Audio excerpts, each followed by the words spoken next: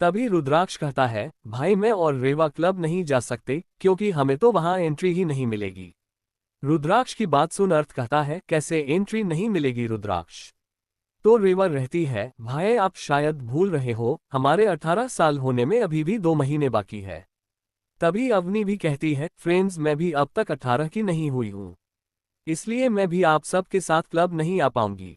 उद्धरण चिन्ह। अब आगे उनकी बात सुन चिराग स्माइल करते हुए कहता है, हमारे ग्रुप के छोटे बच्चों, तुम लोगों को एंट्री की फिक्र करने की जरूरत नहीं है, क्योंकि हम जिस क्लब में जा रहे हैं वह कोई ड्रिंकिंग या एडल्ट्स का क्लब नहीं है। वह बस एक गेमिंग क्लब है, जहां हम तरह तरह की गेम्स खेल सकते हैं और वहां पर छोटे बच्चों को भी एंट्री मिल सकती है। उद्धरण चिन्ह। तभी अर्थ कहता है, और वैसे भी वह गेमिंग क्लब मेरे डैड का है, इसलिए तुम सबको अपनी एंट्री की फिक्र करने की जरूरत नहीं है। उद्धरण चिन्ह। चिराग और अर्थ की बात सुन अवनी के चेहरे पर बड़ी सी स्माइल जाती है, क्योंकि वह कभी भी इस तरह के गेमिंग क्लब में नहीं गई होती है। थोड़ी देर बाद वह सब क्लब जाने के लिए निकल जाते हैं। गेमिंग क्लब पहुंचकर वह सब बहुत ही मस्ती करते हैं और तरह तरह की गेम खेलते हैं। वह लोग अपनी पूरी शाम गेमिंग क्लब में ही बिताते हैं।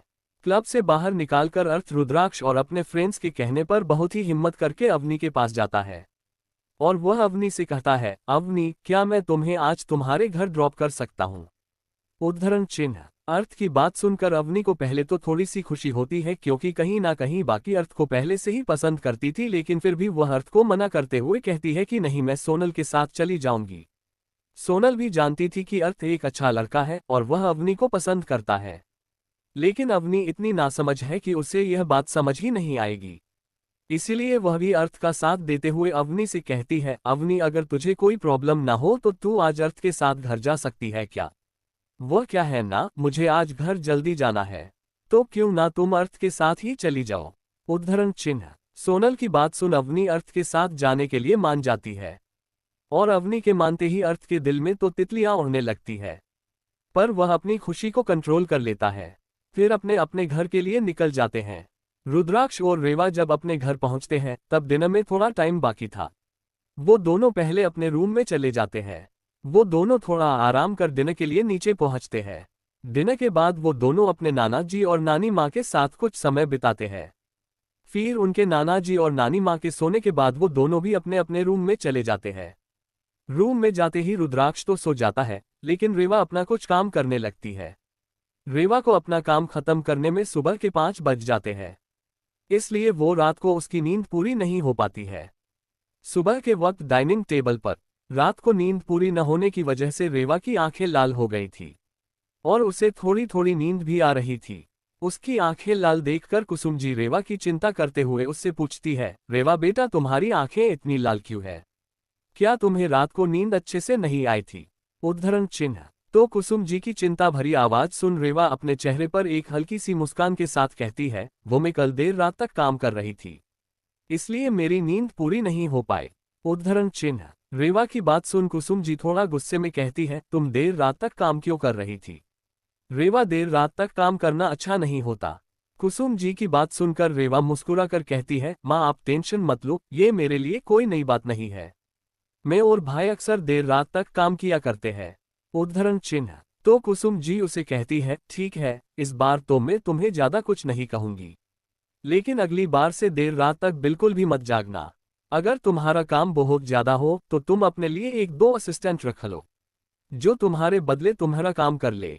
और यह सिर्फ वार्निंग तुम्हारे लिए नहीं है रेवा। रुद्राक्ष तुम भी ध्यान से सुन लो, अगली बार से तुम भी देर रात तक काम मत करना, समझे? वरना तुम दोनों के लिए मुझसे बुरा कोई नहीं होगा।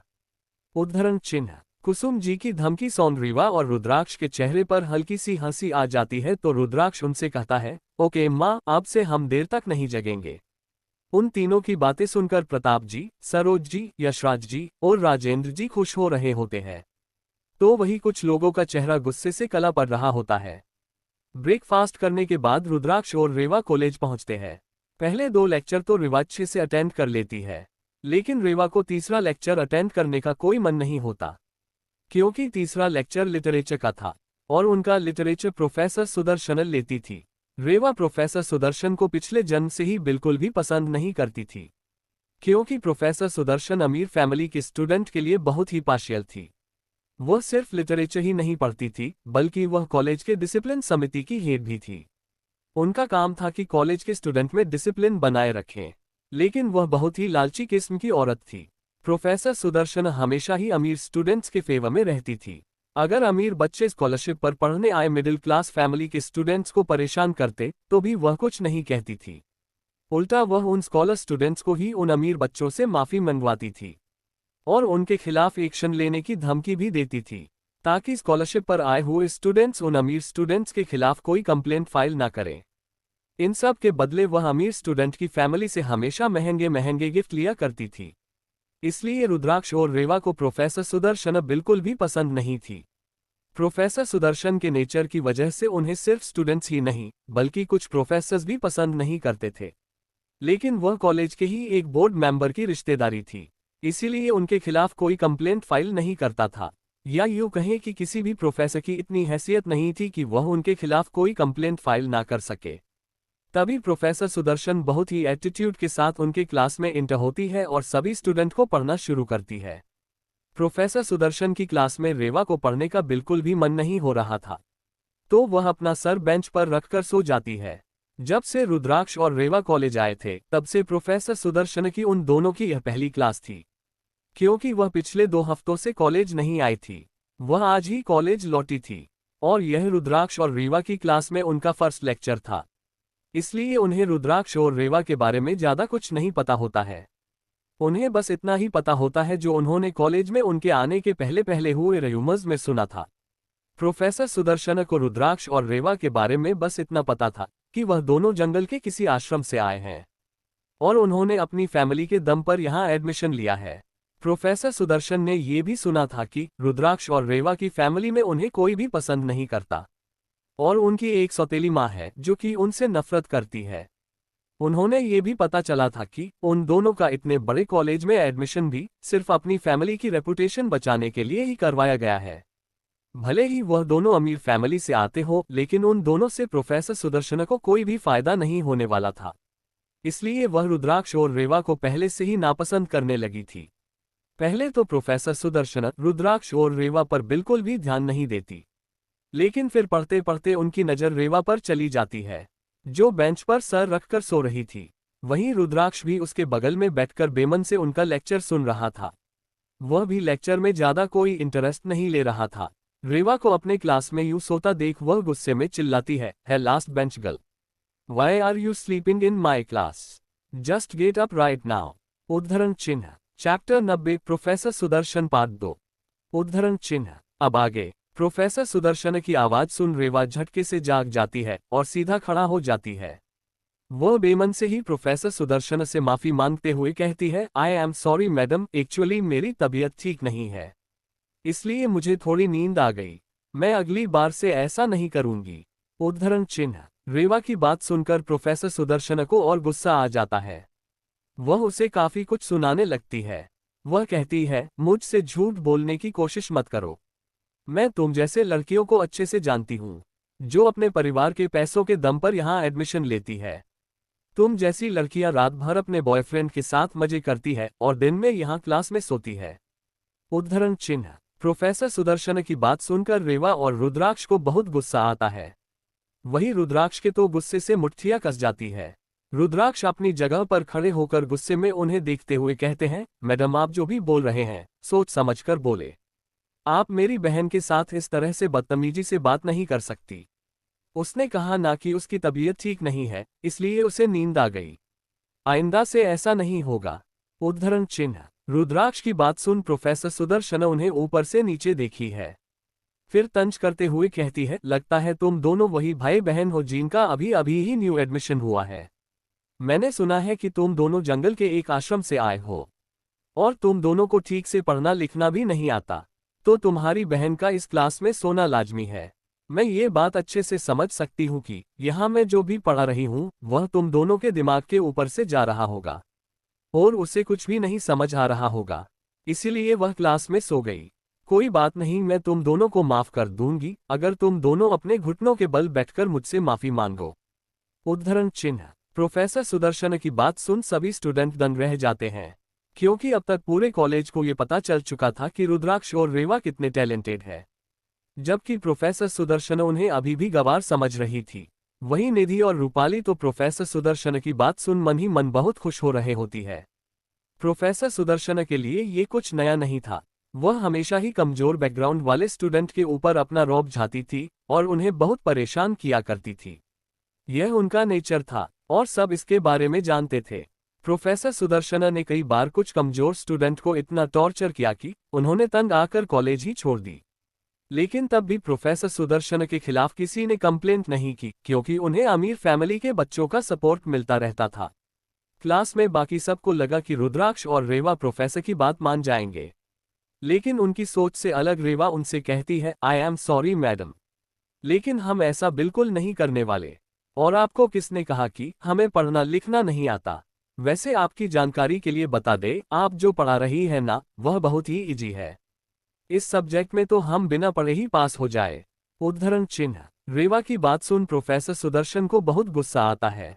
वह गुस्से में कहती है, क्या कहा तुम्हें? मेरा सब्जेक्ट इतना इजी लगता है और तुम्हें ये पहले से ही आता है। ठीक है, तुम दोनों इस टॉपिक को पूरी क्लास के सामने एक्सप्लेन करो। उद्धरण चिन्ह। इतना कहकर प्रोफेसर सुदर्शन ब्लैक बोर्ड पर एक टॉपिक लिख देती है। उस शब्द को पढ़कर किसी को भी कुछ समझ में नहीं आ रहा होता है, क्योंकि उन्होंने सिलेबस में ऐसा कुछ भी नहीं देखा होता है। वहीं उस पर रुद्राक्ष और रेवा के चेहरे पर स्माइल आ जाती है। तभी प्रोफेसर सुदर्शन रहती है, अगर तुम दोनों इसे एक्सप्लेन कर देते हो तो मैं तुम दोनों से माफी मांगूंगी तुम्हारी बेइज्जती करने के लिए, और अगली बार से अगर तुम दोनों मेरे क्लास में सोते हो तो भी मैं तुम्हें कुछ नहीं कहूंगी। उद्धरण चिन्ह। प्रोफेसर सुदर्शन की बात सुनकर रुद्राक्ष और रेवा वह दोनों प्रोफेसर सुदर्शन की तरफ देखकर मुस्कुराते हैं। वो दोनों ही उस टॉपिक को बहुत ही अच्छे तरीके से पूरे क्लास के सामने एक्सप्लेन करके बताने लगते हैं। उन्होंने जो कुछ भी बताया था वह सब कुछ करेक्ट था, और वह दोनों बहुत ही अच्छी तरीके से इंग्लिश में बोलकर सब कुछ एक्सप्लेन कर रहे थे। उनकी एक्सप्लेनेशन सुनकर प्रोफेसर सुदर्शन तो दंग रह जाती है। वहीं क्लास को भी बहुत हैरानी होती, लेकिन उन्हें इतना तो पता था कि रुद्राक्ष देव पहले से ही बहुत ही अच्छे बिजनेसमैन और बिजनेस वुमेन है, इसलिए उन दोनों का इतना मामूली सा टॉपिक एक्सप्लेन करना कोई बड़ी बात नहीं है। अपनी एक्सप्लेनेशन खत्म करने के बाद रुद्राक्ष प्रोफेसर सुदर्शन की तरफ देखकर कहता है, मैडम हमने जो कहा वह सही तो है ना? रुद्राक्ष का सवाल सुन प्रोफेसर सुदर्शन होश में आती है और ना चाहते हुए भी उनके मुंह से निकल जाता है, तुम लोगों ने तो इसे बिल्कुल करेक्ट तरीके से एक्सप्लेन किया। उद्धरण चिन्ह। तभी रुद्राक्ष कहता है, मैडम वैसे आपने हमें जो टॉपिक एक्सप्लेन करने के लिए कहा ना, वह लास्ट ईयर के सिलेबस का टॉपिक है और हम अभी फर्स्ट ईयर में है। शायद आप हमसे कुछ और पूछना चाहती होगी और आपने गलती से हमें ये पूछ लिया। उद्धरण चिन्ह। रुद्राक्ष की बात सुन प्रोफेसर सुदर्शन और पूरी क्लास को एक और झटका लगता है, क्योंकि एक फर्स्ट ईयर के स्टूडेंट के लिए लास्ट ईयर का टॉपिक एक्सप्लेन करना वह भी इतनी अच्छी तरीके से यह नामुमकिन होता है। तभी लेक्चर खत्म होने की बेल बजती है। न प्रोफेसर सुदर्शन रुद्राक्ष सेवा से माफी ना मांगना पड़े ये सोचकर जल्दी से कुछ कहे बिना ही गुस्से से क्लास से निकल जाती है। उनके जाते ही रुद्राक्ष रेवा के चेहरे पर शैतानी मुस्कुराहट आ जाती है। इस बार तो प्रोफेसर सुदर्शन उनसे माफी मांगे बिना ही निकल गई थी, पर अगली बार वह उन्हें छोड़ने वाले नहीं थे, ये वह अपने मन में ठान लेते हैं, क्योंकि पिछले जन्म में भी प्रोफेसर सुदर्शन ने रुद्राक्ष और रेवा को बहुत परेशान किया था। प्रोफेसर सुदर्शन की क्लास से जाते ही लंच ब्रेक हो जाता है। आज के सारे लेक्चर खत्म कर रुद्राक्ष अपनी गेमिंग कंपनी चला जाता है। वहीं रेवा भी अपने डिजाइनिंग स्टूडियो पर चली जाती है। वो दोनों शाम को ही घर लौटते हैं। घर आने के बाद दिनकर वह अपने नाना जी और नानी माँ के साथ कुछ टाइम स्पेंड करती है, फिर सोने चले जाते हैं। ऐसे ही पूरा वीक शांति से खत्म हो जाता है। आज वीकेंड पर रुद्राक्ष, रेवा और मही अपने नाना जी और नानी माँ के साथ एम्यूजमेंट पार्क घूमने जाते हैं। रुद्राक्ष और रेवा के साथ अच्छा खासा टाइम स्पेंड करने के बाद उनके सरोज जी और यशराज की वापस अपने घर चले जाते हैं। मंडे के दिन कॉलेज में। आज कॉलेज में हर कोई बहुत टेंशन में होता है, क्योंकि आज उनका रिजल्ट अनाउंस होने वाला होता है। वही रुद्राक्ष और रेवा बिल्कुल ही टेंशन फ्री अपनी बेंच पर बैठे होते हैं। रुद्राक्ष अपने लैपटॉप में कुछ कर रहा होता है, वही रेवा अपनी ड्राइंग बुक में कुछ ड्रॉ कर रही होती है। चैप्टर 91 रिजल्ट का दिन। आगे रूपाली और निधि भी अपनी कुछ चमचियों के साथ रुद्राक्ष और रेवा के 2 से 3 बेंच आगे ही बैठी हुई थी। रूपाली इस वक्त घबराहट में अपनी हथेलियां को रगड़ रही थी। रूपाली को इतना चिंता में देख निधि उसके कंधे पर हाथ रखते हुए कहती है, रूपाली तुम इतना टेंशन क्यों ले रही हो? तुम बिल्कुल भी टेंशन मत लो, हर बार की तरह इस बार भी तुम ही फर्स्ट आओगी। उद्धरण चिन्ह। निधि की बात सुनकर रूपाली उसकी तरह देखकर हल्का सा मुस्कुरा देती है और कहती है, मैं जानती हूँ निधि की हर बार की तरह इस बार भी मेरे मार्क्स अच्छे ही आएंगे, लेकिन मुझे अपनी चिंता नहीं है। इतना कहकर वो रुद्राक्ष और रेवा की तरफ मायूस होकर देखने लगती है। उसके चेहरे पर चिंता के भाव अभी भी होते हैं, लेकिन उसकी आंखों में रुद्राक्ष और रेवा के लिए घिन भरी हुई थी, जिसे रूपाली ने अच्छे से छुपा लिया था। रूपाली की नजरों का पीछा कर अब हर कोई रुद्राक्ष और रेवा की तरफ देखने लगते हैं। तभी रूपाली की एक चमची अपना मुंह चढ़ते हुए कहती है, तुम वाकई बहुत ही अच्छी हो रूपाली। तुम हमारे क्लास के टॉपर होकर भी इन बेवकूफों के लिए टेंशन ले रही हो, जबकि वो दोनों तो तुमसे अच्छे से बात भी नहीं करते। उद्धरण चिन्ह। तभी निधि पर कहती है, हाँ रूपाली, और वैसे भी इन दोनों को खुद अपने रिजल्ट की चिंता नहीं है, तो तुम इन दोनों की इतनी चिंता क्यों कर रही हो?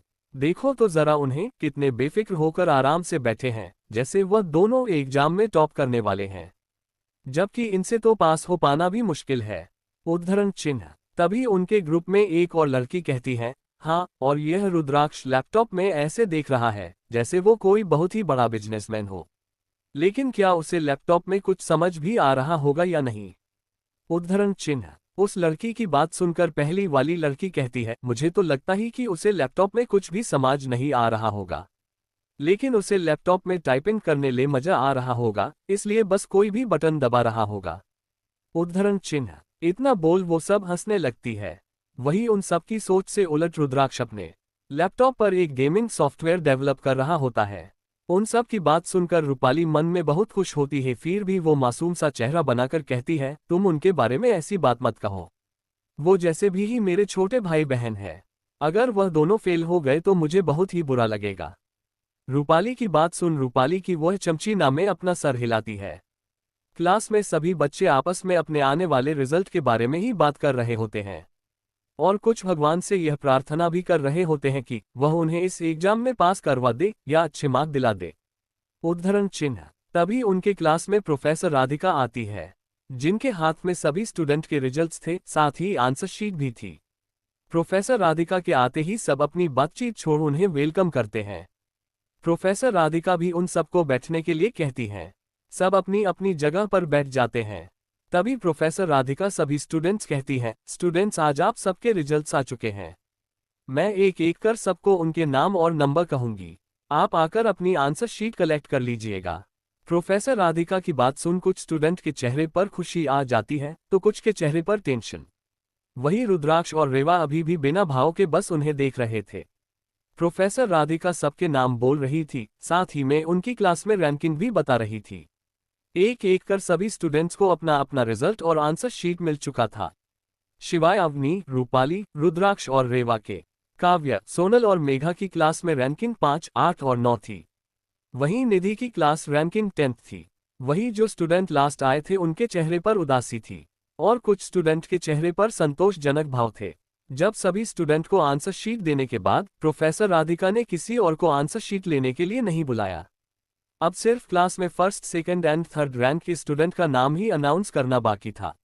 वही रूपाली को ये लग रहा था कि वह क्लास में फर्स्ट आए है, इसीलिए प्रोफेसर राधिका उसे सबके सामने अप्रिशिएट करना चाहती है, इसलिए उसकी आंसर शीट नहीं दी। लेकिन वह साथ में ये भी सोच रही थी कि प्रोफेसर राधिका ने अब तक अवनी, रुद्राक्ष और रेवा की आंसर शीट क्यों नहीं दी। तभी अवनी हिम्मत करके खड़ी होती है और प्रोफेसर राधिका से कहती है, मैं आपने अब तक 4 लोगों की आंसर शीट्स और रैंकिंग नहीं बताए हैं। उद्धरण चिन्ह। तभी निधि खड़ी होकर कहती है, मैं अब तक आपने नहीं बताया कि हमारे क्लास में first, second and third rank पर कौन आया है। रूपाली, निधि और क्लास के कई स्टूडेंट को ये यकीन था कि इस बार फिर से रूपाली ही फर्स्ट रैंक हासिल करेगी। लेकिन तभी प्रोफेसर राधिका कहती है, मैं अभी first, second and third rank के बारे में ही अनाउंस करने जा रही हूँ। इतना बोल प्रोफेसर राधिका रुक जाती है। फिर वह रूपाली की तरफ देखकर कहती है, मिस रूपाली, यह आपकी आंसर शीट है। उद्धरण चिन्ह। रूपाली यह सुन खुश हो जाती है। उसे लग रहा था कि वह फर्स्ट आई है। इसीलिए उसे सबसे पहले प्रोफेसर राधिका ने आंसर शीट दी है। लेकिन तभी प्रोफेसर राधिका की आगे की बात सुन रूपाली के चेहरे की सारी खुशी गायब हो जाती है। प्रोफेसर राधिका रूपाली से कहती है, कंग्रेचुलेशन मिस रावत, आप पूरे क्लास में थर्ड आई है। प्रोफेसर राधिका की बात सुनकर सिर्फ रूपाली ही नहीं बल्कि निधि और क्लास के सभी स्टूडेंट भी हैरान रह जाते हैं, क्योंकि रूपाली हमेशा से ही अपनी पढ़ाई में फर्स्ट रैंक लाया करती थी और यह पहली बार था जब उसे डायरेक्ट थर्ड रैंक मिला हो। अपने थर्ड रैंक पर आने की बात सुन रूपाली अपनी जगह जम जाती है। वह बिल्कुल भी हिल नहीं पाती। प्रोफेसर राधिका उसे नजरअंदाज कर अवनी को कहती है, मिस अवनी, यह आपकी आंसर शीट है। आप पूरे क्लास में सेकंड पोजीशन पर आए हैं। प्रोफेसर राधिका की बात सुन अवनी तो खुश हो जाती है, साथ ही सोनल, काव्य और मेघा भी। अवनी खुशी अपनी ही मार्कशीट आंसर शीट कलेक्ट कर लेती है और अपनी बेंच पर आकर बैठ जाती है। तभी प्रोफेसर राधिका रूपाली को होश में लाते हुए कहती है, मिस रूपाली, आपने अब तक अपनी आंसर शीट कलेक्ट नहीं की। प्रोफेसर राधिका की बात सुन रूपाली भी होश में आती है और प्रोफेसर राधिका के हाथ से अपने आंसर शीट लेकर वापस अपनी बेंच पर आकर बैठ जाती है। वह कुछ भी कहने की हालत में नहीं थी, वह बस अपना सर नीचे कर बैठी थी। चैप्टर 92, रुद्राक्ष और रेवा का पूरी क्लास में फर्स्ट आना। अब आगे देखने वालों को ऐसा लग रहा था जैसे वह बहुत दुखी है, लेकिन अंदर ही अंदर अब रूपाली को बहुत ही गुस्सा आ रहा था कि वह क्लास में थर्ड रैंक पर कैसे आ सकती है। तभी निधि खड़ी होकर कहती है, प्रोफेसर राधिका, आपने कहा कि रूपाली थर्ड रैंक पर आए है, तो क्लास में फर्स्ट पोजीशन किसे मिला है? तभी निधि की बात सुन प्रोफेसर राधिका कहती है, इस बार हमारी क्लास में फर्स्ट पोजीशन एक नहीं बल्कि दो स्टूडेंट्स को मिली है। वह कोई और नहीं, रुद्राक्ष और रेवा है। वो दोनों क्लास में फर्स्ट पोजीशन पर आए हैं। प्रोफेसर राधिका की बात पूरे क्लास पर किसी बम की तरह फटती है। रूपाली भी अपना सर उठाकर प्रोफेसर राधिका की तरफ देखने लगती है। उसे ये यकीन ही नहीं हो रहा था कि उसने जो सुना है वह सच है। तभी रुद्राक्ष उसके पास से गुजर जाता है और खुद की और रेवा की आंसर शीट प्रोफेसर राधिका से ले लेकर अपनी बेंच पर आकर बैठ जाता है। तभी क्लास में कोई कहता है, मैम, रुद्राक्ष और रेवा दोनों को ही फर्स्ट पोजीशन कैसे मिल सकती है? उस स्टूडेंट की बात सुनकर प्रोफेसर राधिका कहती है, क्योंकि उन दोनों के ही मार्क्स सेम है। उद्धरण चिन्ह। रूपाली पीछे पलटकर रुद्राक्ष और रेवा की तरफ देखती है तो देखती है कि रुद्राक्ष और रेवा को फर्स्ट पोजीशन हासिल करने के बाद भी नॉर्मल तरीके से ही बैठे हुए थे। वो दोनों ऐसे भी बिहेव कर रहे थे जैसे फर्स्ट पोजीशन हासिल करना उनके लिए कोई नई बात नहीं है। ये देखते ही रूपाली की उसकी आंखों में नफरत उभर आती है, लेकिन अगले ही पल वह अपने इमोशंस को कंट्रोल कर फिर से सामने की ओर देखने लगते हैं। तभी रूपाली की एक फ्रेंड खड़ी होकर कहती है, मैं आपको शायद कोई गलतफहमी हुई होगी, ये दोनों फर्स्ट पोजीशन पर कैसे आ सकते हैं? उद्धरण चिन्ह। तभी निधि कहती है, हाँ, मैं ये दोनों सभी पेपर्स में एग्जामिनेशन हॉल से सबसे पहले अपने पेपर सबमिट कर निकल गए थे, तो ये दोनों फर्स्ट पोजीशन कैसे ला सकते हैं? जरूर आपसे कोई गलती हुई होगी। उद्धरण चिन्ह। निधि की बात सुन प्रोफेसर राधिका अपनी सख्त आवाज में कहती है, मिस निधि वर्मा, हमसे कोई भी गलती नहीं हुई है। रुद्राक्ष और रेवा इस एग्जाम में फर्स्ट आए हैं। उद्धरण चिन्ह। प्रोफेसर राधिका की बात सुनकर निधि थोड़ा डर जाती है और गुस्से में अपने दांत पीसते हुए चुपचाप अपनी जगह पर बैठ जाती है। प्रोफेसर राधिका अपनी क्लास लेकर चली जाती है। उनके जाते ही सब लोग आपस में बातें करने लगते हैं। एक लड़का कहता है, यार, यह कैसे हो सकता है? रुद्राक्ष और रेवा फर्स्ट पोजीशन पर कैसे आ सकते हैं? तभी उसका दोस्त कहता है, कम ऑन यार, उन दोनों ने इतनी कम एज में अपना खुद का इतना सक्सेसफुल बिजनेस खड़ा कर दिया। ये जानते हुए भी तुम ऐसा सवाल पूछ रहे हो? उन दोनों का फर्स्ट आना तो लाजमी है। उस लड़के की बात सुनकर पहले वाला लड़का कहता है, तुम कह तो सही रहे हो। उद्धरण चिन्ह। वही एक लड़की कहती है, यार, मैंने सोचा नहीं था कि रूपाली कभी थर्ड पोजीशन पर भी आ सकती है। वह तो हमेशा पोस्ट आती है ना। और यह अवनी सेकंड कैसे आ गई? वह तो रूपाली से भी आगे निकल गई। उद्धरण चिन्ह। उसके लड़की की बात सुनकर उसकी दोस्त कहती है, अरे यार, अवनी तो हमेशा से सेकंड नंबर पर ही आती है, चाहे रूपाली फर्स्ट आए या नहीं। लेकिन इस बार शायद रूपाली को सेकंड नंबर भी नसीब नहीं हुआ, इसलिए तो वह डायरेक्ट थर्ड पोजीशन पर आ गई।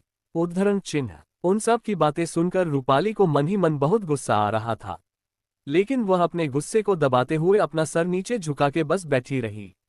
तभी निधि अपने फिक्र भरी आवाज में रूपाली से धीरे से कहती है, रूपाली, तुम इतना दुखी क्यों हो रही हो? मुझे तो लगता है कि कॉलेज मैनेजमेंट से तुम्हारा पेपर चेक करने में कोई गलती हुई होगी। हो सकता है उन्होंने तुम्हारा कहीं कोई एक्स्ट्रा मार्क कट कर लिए हो, या उन्होंने गलती से तुम्हारे मार्क्स काम करके लिख दिए हो, इसलिए तुम थर्ड पोजीशन पर आ गई। क्यों ना तुम अपना पेपर रीचेक करवाने की एप्लीकेशन दे दो, हो सकता है तुम्हें कुछ एक्स्ट्रा क्रेडिट मार्क्स मिल जाए, इससे तुम फिर से फर्स्ट आ सकती हो। उद्धरण चिन्ह। निधि की बात सुन रूपाली की आंखों में चमक आ जाती है। वह हमें अपना सर हिला देती है और कहती है, हाँ मुझे भी यही लगता है कि मेरा पेपर चेक करने में जरूर कोई गलती हुई थी, क्योंकि मेरा पेपर बहुत ही अच्छा गया था और मेरे इतने कम मार्क्स भी नहीं आने चाहिए। उद्धरण चिन्ह। रूपाली की बात सुन निधि उससे कहती है, हाँ हम क्लास खत्म होने के बाद सबसे पहले तुम्हारे पेपर ही चेक करवाने की एप्लीकेशन देख कर आते हैं। उद्धरण चिन्ह। फिर निधि ऊंची आवाज में कहती है, रूपाली पेपर ही चेक होने के बाद जरूर तुम्हारे मार्क्स बढ़ जाएंगे और तुम ही फिर से फर्स्ट पोजीशन हासिल कर लोगी। उद्धरण चिन्ह। ये कहते हुए वह रुद्राक्ष और रेवा की तरफ देख रही थी, जो उन सबको इग्नोर कर अपने अपने काम में लगे हुए थे। चैप्टर 93। मैंने जानबूझकर आंसर्स गलत लिखे थे। आगे। फिर निधि थोड़ा रुककर अपनी शक भरी नजरों से रुद्राक्ष और रेवा की तरफ देखती है और गुस्से में कहती है, मुझे तो लगता है कि क्लास में फर्स्ट पोजीशन पर आने के लिए जरूर इन दोनों ने एग्जाम में चीटिंग की होगी। बिना चीटिंग के ये दोनों पास भी नहीं हो सकते, फिर फर्स्ट पोजीशन लाने की तो बात ही दूर है। उद्धरण चिन्ह। निधि की बात सुनकर पूरी क्लास उसे अजीब नजरों से देखने लगती है। वही रुद्राक्ष और रेवा अभी भी उन्हें इग्नोर ही कर रहे होते हैं, लेकिन उसकी बात से अवनी, सोनल, काव्या और मेघा को बहुत गुस्सा आ रहा होता है। तभी अवनी थोड़े से गुस्से में निधि से कहती है, निधि पूरे कॉलेज को अब तक ये पता चल चुका है कि रुद्राक्ष और रेवा कोई अनपढ़ गवार नहीं है और वह दोनों के खुद के अपने अपने बिजनेस है, और यह बात जानते हुए भी तुम ये कहना चाहती हो कि उन्हें एग्जाम पास करने के लिए चीटिंग करने की जरूरत है, तो तुम दुनिया की सबसे बेवकूफ लड़की हो। उद्धरण चिन्ह। अवनी को इस तरह से रुद्राक्ष और रेवा के लिए बोलता देख निधि, रूपाली और उसकी चमचियों को बहुत ही गुस्सा आता है। तभी सोनल शांत करवाते हुए कहती है, अवनी उससे बहस मत करो। उद्धरण चिन्ह अल्पविराम। तो काव्या सोनम से नाराजगी जताते हुए कहती है, पर सोनल पहले इसने ही ने शुरुआत की है, देखो ना ये रुद्राक्ष और रेवा के लिए कितना बुरा बोल रही है। तभी सोनल कहती है, तुम दोनों शांत हो जाओ, इग्नोर देम। तो काव्या कहती है, लेकिन क्यों? काव्या की बात पूरी होने से पहले ही सोनम कहती है, क्योंकि बेवकूफों से बहस करना दीवार पर सर फोड़ने के जैसा होता है। उद्धरण चिन्ह। सोनल की बात सुन अवनी और काव्या भी चुपचाप बैठ जाती है और आगे कुछ नहीं बोलती। वही सोनल की बात सुन निधि और रूपाली को बहुत गुस्सा आने लगता है। निधि गुस्से में सोनल की तरफ उंगली पॉइंट करके कहती है, सोनल तुम्हारे कहने का मतलब क्या है? उद्धरण चिन्ह। सोनल उससे कुछ बोलते ही वाली होती है कि तभी क्लास में एक और लड़का जिसका नाम सौरभ था, वह खड़े होकर निधि से कहता है, निधि हम मानते हैं कि तुम रूपाली की बेस्ट फ्रेंड हो और रूपाली हमेशा ही क्लास में फर्स्ट आती है, लेकिन इसका यह मतलब तो नहीं है ना कि उसके अलावा और कोई फर्स्ट आ ही नहीं सकता। उद्धरण चिन्ह। उस लड़के की बात को सुनकर निधि गुस्से में उसकी तरफ देखकर कहती है, तुमसे इस बारे में किसी ने भी राय नहीं मांगी है, और वैसे भी हम लोग रूपाली का पेपर ही चेक करवाने वाले हैं, उसके बाद तुम देख लेना कैसे ये दोनों सेकंड पोजीशन पर चले जाते हैं और रूपाली अपनी फर्स्ट पोजीशन फिर से हासिल कर लेती है। जरूर उसके पेपर चेकिंग में कोई गड़बड़ी हुई होगी, इसीलिए वह थर्ड आए है, वरना हमेशा से वही फर्स्ट पोजीशन हासिल करती है। उद्धरण चिन्ह। निधि की बात सुनकर सौरभ सोनल की तरफ देखकर कहता है, सोनल तुमने सही कहा था, बेवकूफ से बहस करना दीवार पर सर फोड़ने के जैसा है। इतना बोल सौरभ अपनी बेंच पर फिर से बैठ जाता है। सौरभ की बात सुन निधि को बहुत गुस्सा आता है। तभी रूपाली धीमी आवाज में लेकिन क्लास अच्छे से सुन सके उस तरह से नीचे देखते हुए कहती है, नहीं निधि पेपर ही चेक करने की कोई भी जरूरत नहीं है, वह दरअसल मैंने जानबूझकर ही कुछ सवालों के जवाब गलत लिखे थे ताकि रुद्राक्ष और रेवा इस एग्जाम में फर्स्ट पोजीशन हासिल कर सके। उद्धरण चिन्ह। रूपाली की बात सुन पूरे क्लास अवाक रह जाती है। वहीं रेवा भी अपना सर उठाकर उसे एक नजर देखती है, जैसे वह कोई बेवकूफ को देख रही हो। तभी निधि रूपाली कहती है, पर रूपाली तुमने ऐसा क्यों किया, तुमने अपनी फर्स्ट पोजीशन उनके लिए क्यों सैक्रिफाइस की? उद्धरण चिन्ह। तो रूपाली अच्छा बनते हुए कहती है, क्योंकि मैं नहीं चाहती कि वह दोनों मुझसे नाराज रहे, मैं चाहती हूं कि वह मुझे अपनी बड़ी बहन की तरह अपनाए। उद्धरण चिन्ह। फिर वह अपनी जगह से खड़ी होती है और रुद्राक्ष और रेवा के पास जाती है। रूपाली मासूम सा चेहरा बनकर कहती है, रुद्राक्ष रेवा, मैं जानती हूँ तुम दोनों मुझे इसीलिए नाराज रहते हो ना, क्योंकि दादी माँ तुम दोनों से ज्यादा मुझे और आकाश भाई को पसंद करती है। देखना अगर उन्हें पता चलेगा कि तुम दोनों इस एग्जाम में फर्स्ट आए हो तो वह तुम्हें भी पसंद करने लगेगी, और इसके बाद तो तुम्हें मुझसे कोई नाराजगी नहीं रहेगी ना। उद्धरण चिन्ह। रूपाली की बात सुन रुद्राक्ष रेवा दोनों रूपाली की तरफ अपनी कोल देखते हैं, लेकिन वह उसे कुछ भी नहीं कहते। रूपाली उन दोनों के नजरों से थोड़ी सी डर जाती है, लेकिन तुरंत खुद को संभालते हुए हिम्मत करके रेवा की तरफ देखकर कहती है, रेवा अगर तुम्हें मेरे कम मार्क्स लाने के बावजूद भी मुझसे कोई प्रॉब्लम है तो मैं नेक्स्ट एग्जाम में तुम दोनों की खुशी के खातिर फेल के होने के लिए तैयार हूँ। उद्धरण चिन्ह। तभी रूपाली की एक चमचे उन दोनों के पास आकर कहती है, रूपाली तुम बहुत अच्छी हो, तुमने इन दोनों के लिए अपनी फर्स्ट पोजीशन भी सेक्रीफाइस कर दी, लेकिन उन्होंने अभी भी तुम्हारी कोई वैल्यू नहीं है। फिर वह लड़की रेवा और रुद्राक्ष के पास जाकर उनसे कहती है, क्या तुम दोनों ने सुना नहीं, तुम दोनों फर्स्ट पोजीशन इसलिए ला पाए क्योंकि रूपाली ने अपनी पेपर में कुछ आंसर छोड़ दिए थे। अगर वह ऐसा नहीं करती तो तुम दोनों क्लास में कभी भी फर्स्ट पोजीशन पर नहीं आ पाते। इसलिए तुम्हें रूपाली का शुक्रगुजार होना चाहिए और उसे थैंक यू कहना चाहिए। चलो जल्द से जल्द तुम दोनों उठो और उससे घुटनों के बल बैठकर थैंक यू कहो। उद्धरण चिन्ह। उसे लड़की की बात सुन रुद्राक्ष और रेवा को बहुत गुस्सा आ रहा होता है, फिर भी उनके चेहरे के एक्सप्रेशन बिल्कुल नॉर्मल लग रहे थे। तभी रेवा एक लंबी सांस छोड़कर उसे लड़की की ओर देखने लगती है। रेवा की नजरों को देख वह लड़की थोड़ा डर जाती है और एक दो कदम पीछे आ जाती है।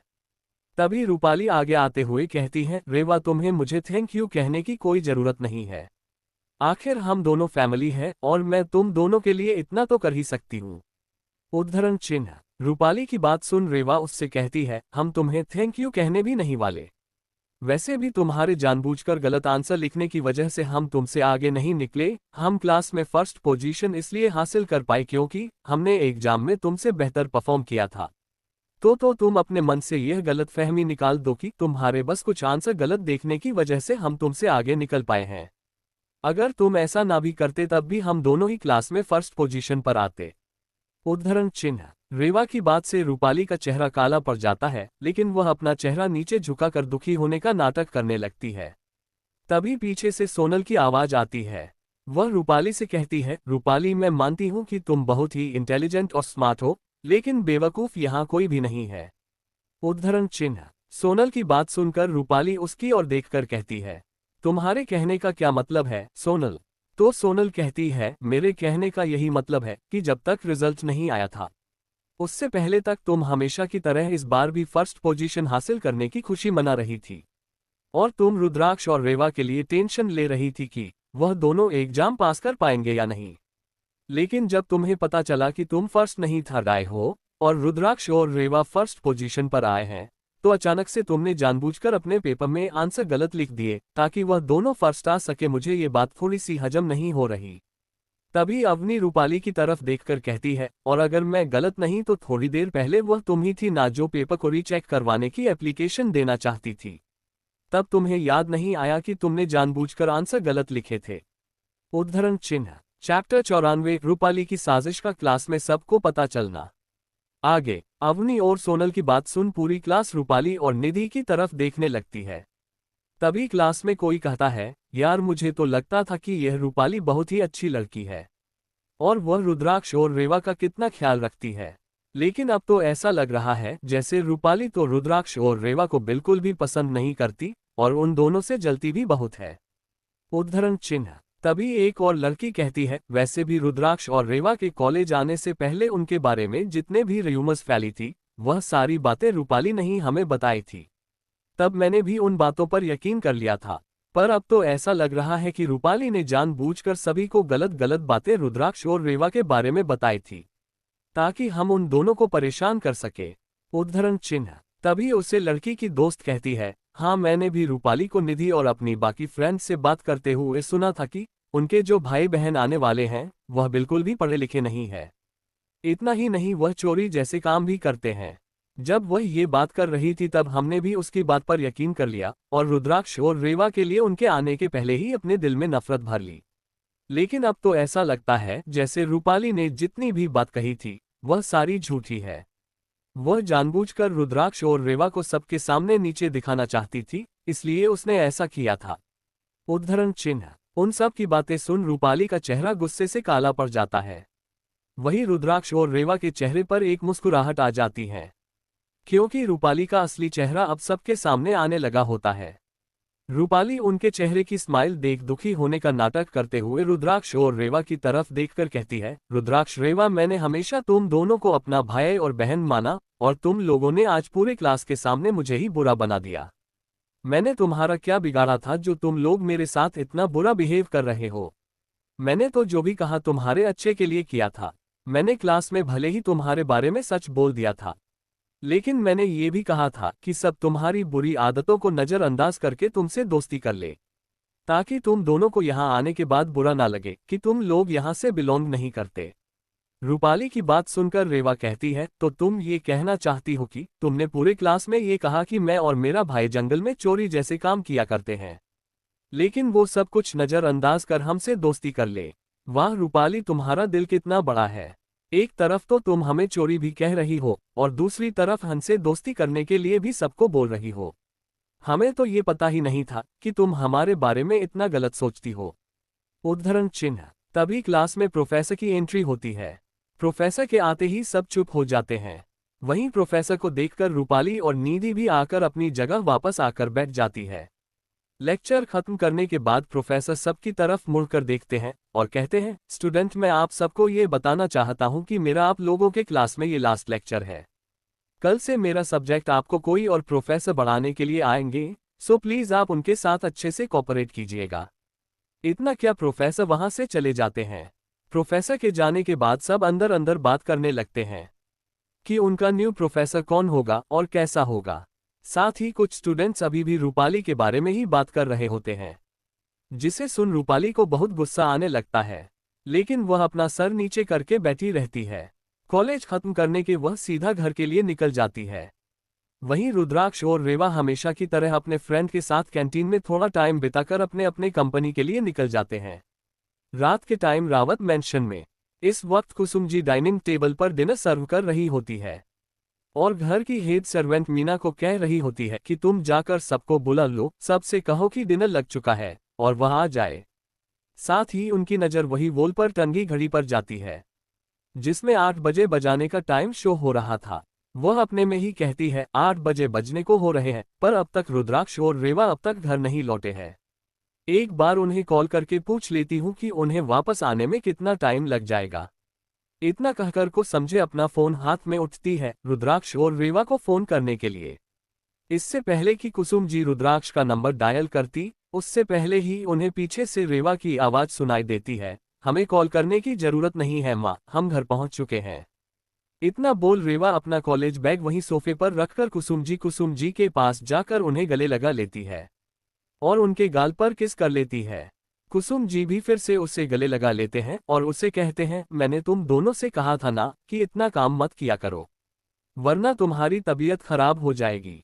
तभी रुद्राक्ष भी कुसुम जी को गले लगाते हुए कहता है, कम ऑन माँ, हमारी तबीयत कैसे खराब हो सकती है जब हमारी माँ इतना अच्छा खाना बनाकर हम दोनों का डिनर पर वेट करती हो।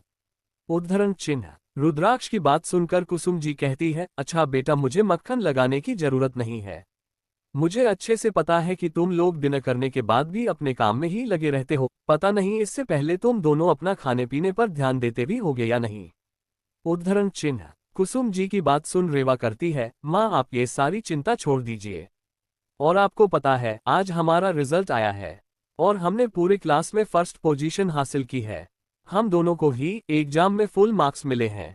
उद्धरण चिन्ह। उसकी बात सुनकर कुसुम जी खुश हो जाती है और कहती है, हम मुझे पता चल चुका है कि तुम दोनों ने पूरे क्लास में फर्स्ट पोजीशन हासिल की है, इसलिए मैंने आज तुम दोनों के लिए स्पेशल डिनर रेडी करवाया है। उद्धरण चिन्ह। कुसुम जी की बात सुनकर रुद्राक्ष और रेवा खुश हो जाते हैं। तभी कुसुम जी उनसे कहती हैं, अच्छा चलो तुम दोनों जाकर फ्रेश हो जाओ, मैंने सबको डिनर के लिए ऑलरेडी बुला लिया है। कुसुम जी की बात सुन रुद्राक्ष और रेवा जल्दी से अपने रूम की तरफ चले जाते हैं। तभी परिवार के बाकी सब लोग भी डाइनिंग हॉल में पहुंच जाते हैं। सब जाकर अपनी अपनी जगह पर बैठ जाते हैं। थोड़ी ही देर में वहां रुद्राक्ष और रेवा भी फ्रेश होकर मही के साथ नीचे आ जाते हैं।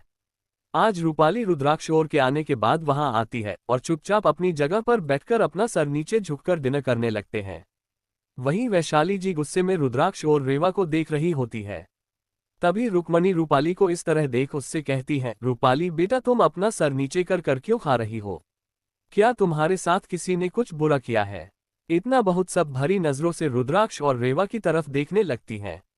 रुक्मणी जी की बात सुन रूपाली के चेहरे पर शातिर मुस्कुराहट आ जाती है, लेकिन वह अपनी मुस्कुराहट सबसे छुपा लेती है और बेचारा सा चेहरा बनाते हुए ऊपर की तरफ देखती है और दर्द भरी आवाज में रुक्मणी जी से कहती है, नहीं दादी माँ, रुद्राक्ष और रेवा ने कुछ भी जानबूझकर नहीं किया है। वह सब तो मेरी ही गलती थी। उद्धरण चिन्ह। चैप्टर 95। रुक्मणी जी का रुद्राक्ष और रेवा को घर से निकलने के लिए कहना। आगे रूपाली इनडायरेक्ट तरीके से यह कहना चाहती थी कि रुद्राक्ष और रेवा की वजह से ही उसकी ऐसी हालत हुई है। इस वक्त रूपाली की आंखें पूरी लाल हो चुकी थी। उसे देखकर ऐसा लग रहा था जैसे वह कई घंटे तक रोई हो, और रूपाली ने इतनी नेचुरल एक्टिंग की थी कि अगर कोई अनजान इंसान उसे देख ले तो उसे ऐसा ही लगता कि रुद्राक्ष और रेवा ने उसे बहुत परेशान किया हो, जिसकी वजह से उसकी इतनी बुरी हालत हो गई है। रूपाली की बात सुनकर रुक्मणी जी गुस्से में रुद्राक्ष और रेवा की तरफ देखकर कहती हैं, रुद्राक्ष रेवा तुम दोनों की हिम्मत कैसे हुई रूपाली को इतना परेशान करने की? सच सच बताओ तुम दोनों ने मेरी बच्ची के साथ क्या किया है जो उसकी ऐसी हालत हो गई है? उद्धरण चिन्ह। तभी वैशाली जी कहती है, कुसुम तुम रुद्राक्ष और रेवा को समझा दो कि वह मेरी बेटी से अच्छे से बिहेव करे। आखिर मेरी बेटी ने इन दोनों का बिगड़ा ही क्या है जो वह दोनों उसके साथ इतना बुरा बिहेव करते हैं? वैशाली की बात सुन कुसुम को बहुत गुस्सा आने लगता है। उनकी बात सुनकर प्रताप जी रुक्मणी जी की तरफ देखकर कहते हैं, माँ आप बेवजह ही मेरे बच्चों पर इल्जाम लगाना बंद करेगी?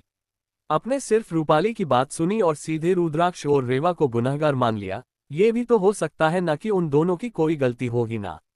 उद्धरण चिन्ह। प्रताप जी की बात सुनकर महेंद्र जी प्रताप की तरफ देखकर कहते हैं, प्रताप तुम माँ से इस तरह से बात नहीं कर सकते। एक तो तुम्हारे बच्चे रुद्राक्ष और रेवा ने मेरी बेटी को परेशान किया, ऊपर से तुम उनका बचाव कर रहे हो। उद्धरण चिन्ह। इससे पहले कि प्रताप उनकी बात का कोई जवाब देता तभी रूपाली फिर से अच्छा बनने का नाटक करते हुए कहती है, माँ दादी आप रुद्राक्ष और रेवा को कुछ मत कहिए, उन दोनों की कोई गलती नहीं है। उन्होंने कुछ भी जानबूझकर नहीं किया। उद्धरण चिन्ह। रूपाली की बात सुनकर रुक्मणी जी कहती है, रूपाली तुम उन दोनों को बचाना बंद करो। रूपाली मुझे अच्छे से पता है उन्होंने जानबूझकर ही यह सब किया होगा। फिर वह उसकी चेहरे पर हाथ करते हुए कहती है, देखो तो मेरे बच्ची का चेहरा कितना मुरझा गया है।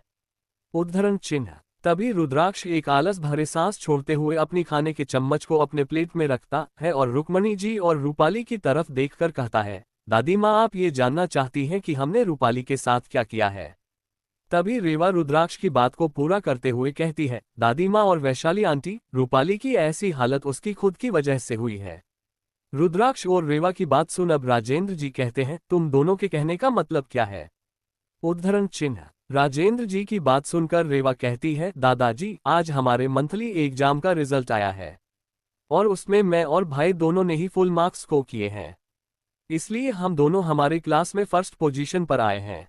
जबकि रूपाली के इस बार मार्क्स थोड़े कम आए हैं, इसलिए वह क्लास में थर्ड पोजीशन पर आई है और इसलिए ये हो सकता है वह इतना रोई होगी। अब इसमें हमारी क्या गलती है? उद्धरण चिन्ह। रेवा की बात सुनकर राजेंद्र जी खुश हो जाते हैं। तभी रुक्मणी जी कहती हैं, ये हो ही नहीं सकता। मैं इस बात को नहीं मानती कि तुम दोनों फर्स्ट पोजीशन पर आए हो और रूपाली थर्ड पोजीशन पर, क्योंकि मैं अच्छे से जानती हूँ रूपाली पढ़ने में बहुत ही होशियार है। वह कभी भी थर्ड पोजीशन पर नहीं आ सकती। या तो तुम दोनों हम सब से झूठ बोल रहे हो या फिर तुम दोनों ने एग्जाम में चीटिंग की है। उद्धरण चिन्ह। तो रुद्राक्ष कहता है, दादी माँ मैं मानता हूँ कि रूपाली पढ़ाई में बहुत ही होशियार है, लेकिन इसका यह मतलब नहीं है कि उसके अलावा कोई और होशियार हो ही नहीं सकता। और अगर आपको हमारी बात पर यकीन नहीं हो रहा तो आप रूपाली से ही पूछ सकती है कि क्लास में फर्स्ट पोजीशन पर कौन आया है। उद्धरण चिन्ह। रुद्राक्ष की बात सुनकर रूपाली अपनी दुख भरी आवाज में रुक्मणी जी से कहती है, दादी माँ रुद्राक्ष और रेवा सच कह रहे हैं कि वो दोनों ही क्लास में फर्स्ट पोजीशन पर आए हैं और मैं थर्ड पोजीशन पर आई हूँ। तभी वैशाली जी कहती हैं, रूपाली क्या तुम इन दोनों को बचाने के लिए हमसे झूठ बोल रही हो? वैशाली जी की बात सुनकर रुद्राक्ष अपने फोन में अपना रिजल्ट निकलता है और अपना फोन रुक्मणी जी और वैशाली जी के सामने रख देता है। रुद्राक्ष उन दोनों की तरफ देखकर कहता है, आप इसमें खुद देख सकते हैं, मेरे और रेवा के 600 आउट ऑफ 600 मार्क्स आए हैं और सेकंड पोजीशन पर है जो स्टूडेंट है उसके 594 मार्क्स आए हैं। वही रूपाली के 582 मार्क्स आए हैं। उद्धरण चिन्ह। रुद्राक्ष की बात सुन वैशाली जी फोन में वह रिजल्ट ध्यान से देखने लगती है। तभी रेवा उनसे कहती है, अब तो आप सबको यकीन हो गया ना कि हम झूठ नहीं बोल रहे हैं। उद्धरण चिन्ह। तभी आकाश गुस्से में रुद्राक्ष और रेवा की तरफ उंगली करते हुए कहता है, तुम दोनों सिर्फ अधूरी बात के खुद को सही साबित नहीं कर सकते।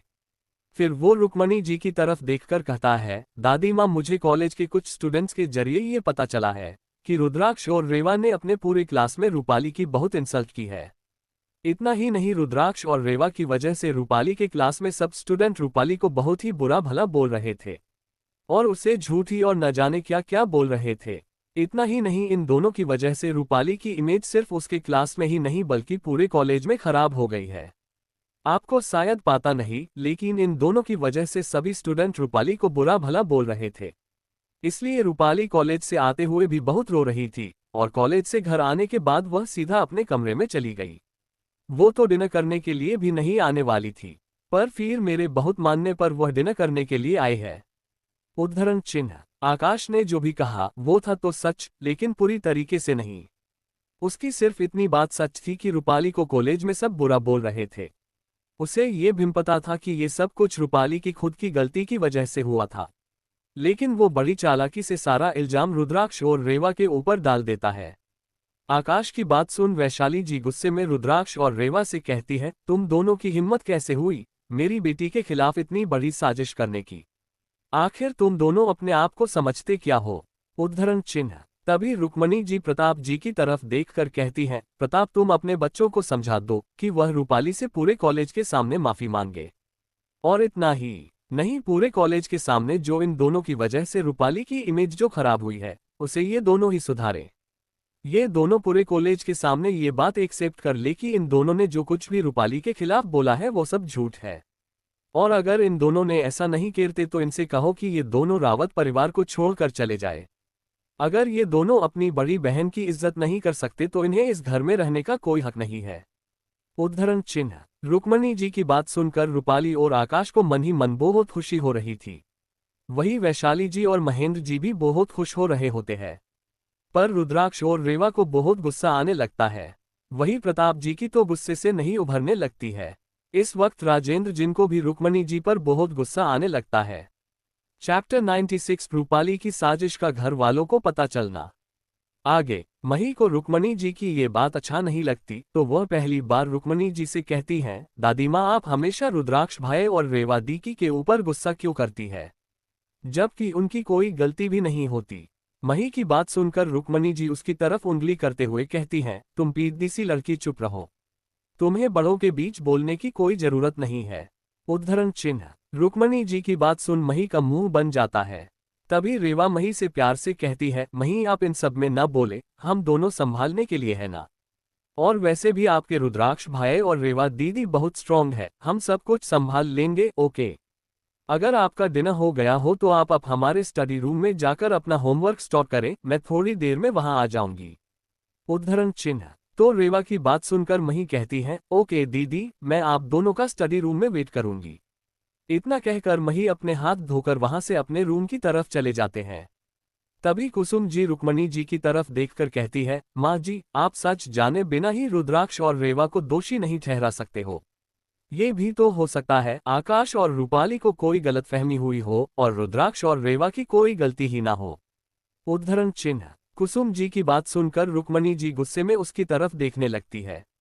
वही कुसुम जी की बात सुन वैशाली जी गुस्से में कहती है, कुसुम, तुम ऐसी बात कैसे कह सकती हो? ये हम सब जानते हैं कि जब से रुद्राक्ष और रेवा दोनों घर वापस आए हैं तब से ये दोनों मेरे बच्चों को परेशान कर रहे हैं। इनकी वजह से न जाने मेरे बच्चों को क्या क्या नहीं झेलना पड़ा। लेकिन अब तो बात हद से ज्यादा बढ़ गई है। इनकी वजह से पूरे कॉलेज में मेरी बेटी की बदनामी हो रही है और मैं ये सब बर्दाश्त बिल्कुल भी नहीं करने वाली। उद्धरण चिन्ह। वैशाली जी की बात सुनकर राजेंद्र जी को बहुत गुस्सा आता है। वह गुस्से में कहते हैं, तुम लोग सिर्फ एक तरफ से बात सुनकर रुद्राक्ष और रेवा को गलत नहीं ठहरा सकते हो। आखिर उनसे भी तो पूछना चाहिए कि उनकी कोई गलती है या नहीं। उद्धरण चिन्ह। राजेंद्र जी की बात सुनकर रुक्मणी से कहती है, गलती करने के बाद कौन अपनी गलती मानता है? और उन्होंने कब अपनी गलती मानी है जो आज अपनी गलती मानेंगे? और वैसे भी मेरे आकाश और रूपले कभी भी झूठ नहीं बोलते। रुक्मणी जी की बात खत्म होने के बाद रीवा उनसे कहती है, दादी माँ, रूपाली की पूरे कॉलेज में बदनामी हो रही है और उसे सब झूठ बोल रहे हैं। ये बात सच्ची है, लेकिन ये बात झूठ है। इसमें हम लोगों की गलती है। इसमें जो भी गलती है वह सिर्फ और सिर्फ रूपाली की ही है। उद्धरण चिन्ह। तभी रुद्राक्ष रेवा की बात को पूरा करते हुए कहता है, आखिर उसे क्या जरूरत थी हम दोनों के कॉलेज ज्वाइन करने से पहले पूरे कॉलेज में हम दोनों के बारे में झूठी अफवाहें फैलाने की? आपको शायद पता नहीं, लेकिन रूपाली ने सबको ये कहा था कि हम दोनों जंगल से आए हैं और हमें पढ़ना लिखना तक नहीं आता। यहाँ तक कि उसने ये भी कहा था कि हम दोनों आश्रम में चोरी जैसे क्राइम किया करते थे। और यह सब बातें झूठी है। उसने हमारी इमेज खराब करने के लिए पूरे कॉलेज में हमारे बारे में ऐसी अफवाहें फैलाई थी। और अब जब सच सबके सामने आ गया है तो जाहिर सी बात है कि रूपाली की बातें गलत साबित हुई और सब उसे झूठी कहने लगे। इसीलिए अगर रूपाली की कॉलेज में बदनामी हो रही है तो वह उसके खुद की गलती की वजह से हो रही है। इन सब में हम दोनों की कोई भी गलती नहीं है। तो आप हम पर बेवजह का इल्जाम लगाना बंद कर दीजिए। उद्धरण चिन्ह। फिर रेवा वैशाली जी की तरफ देखकर कहती हैं, वैशाली आंटी, हमारे गुरुजी ने हमें सिखाया है कि खुद भी शांति से जियो और दूसरों को भी जाने दो। लेकिन उसी के साथ उन्होंने हमें ये भी सिखाया है कि कोई अगर जानबूझकर हमारे साथ बुरा बर्ताव करे तो हम भी उसे अच्छे से सबक सिखाएं। तो अगली बार अगर आप नहीं चलती कि आपके बच्चे परेशानी में पड़े तो उन्हें समझा दे कि वह हमारे साथ कुछ गलत करने की कोशिश ना करें। यही उनके लिए अच्छा होगा। उद्धरण चिन्ह। इतना बोल रुद्राक्ष और रेवा चुप हो जाते हैं।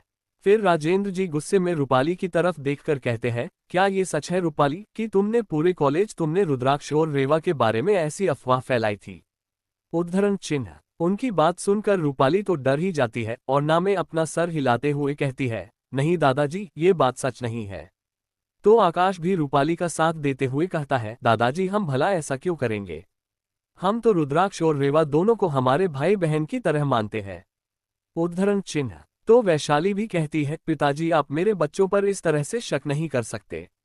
उद्धरण चिन्ह। तभी कुसुम जी कहती है, वैशाली दीदी, थोड़ी देर पहले आप सबने भी आकाश की बात सुना। आप लोग मेरे बच्चों को गुनहगार मान लिया और उन्हें बुरा भला कहने लगे। लेकिन जब मेरे बच्चों ने अपनी तरफ से एक क्लेरिफिकेशन दिया तो आप उसे मानने से इनकार कर रहे हैं और उन पर शक कर रहे हैं। उद्धरण चिन्ह। तभी प्रताप जी थोड़ा गुस्से में और अपने राबदार आवाज में कहते हैं, मैंने निधि वाले इंसिडेंट के बाद रुद्राक्ष और रेवा के लिए कॉलेज में सिक्योरिटी अरेंज की थी और उसी के चलते मुझे ये पता चला था कि रूपाली ने पूरे कॉलेज में रुद्राक्ष और रेवा के खिलाफ बहुत सारी बातें सभी स्टूडेंट को बोली है, ताकि कॉलेज में आने से पहले ही सब उनसे नफरत करने लगे। और इन सब में सिर्फ रूपाली ही नहीं, ऋत्वी और निधि भी शामिल थे। उद्धरण चिन्ह। फिर वह रुक्मणी जी की तरफ देखकर कहते हैं, माँ अगर आपको मेरी बात पर यकीन नहीं हो रहा तो मेरे पास इन सबके सबूत भी है। आप अगर उसे देखना चाहती है तो मैं वह आपको दिखा सकता हूँ। उद्धरण चिन्ह। प्रताप जी की बात सुनकर महेंद्र जी उससे से कहते हैं, प्रताप हो सकता है तुम रुद्राक्ष और रेवा को बचाने के लिए झूठे सबूत हमें दिखाओ। तो उनकी बात सुनकर प्रताप जी कहते हैं, बड़े भाई मुझे अपने बच्चों को बचाने के लिए किसी भी तरह के झूठ का सहारा लेने की कोई भी जरूरत नहीं है, क्योंकि मैं यह अच्छे से जानता हूं कि मेरे बच्चे कभी कोई गलत काम कर ही नहीं सकती। उद्धरण चिन्ह। चैप्टर 97 रूपाली की नौटंकी। रुद्राक्ष और रेवा को महेंद्र जी और वैशाली जी पे बहुत गुस्सा आ रहा था, तो रुद्राक्ष महेंद्र जी को डराने के लिए कहता है, वैसे पापा मैं इस बारे में भी इन्वेस्टिगेशन करवा रहा हूं कि मेरे और रेवा के जन्म होते ही हम दोनों का किडनैप किसने किया था। वैसे तो बात थोड़ी पुरानी है, इसलिए इन्फॉर्मेशन कलेक्ट करने में टाइम लग रहा है, लेकिन गुनहगार जल्दी ही पकड़ा जाएगा। ये कहते हुए रुद्राक्ष महेंद्र जी और वैशाली की तरह एक तक देखे जा रहा था, वही रेवा भी उन्हें घूरकर देख रही थी। वैशाली जी और महेंद्र जी रुद्राक्ष और रेवा के नजरों को अपने ऊपर यूं देखा थोड़ा सा घबरा जाते हैं। वही रुद्राक्ष की बात को सुनकर वो दोनों थोड़ा सा डर भी जाते हैं, क्योंकि रुद्राक्ष और रेवा का किडनैप उन दोनों नहीं करवाया था।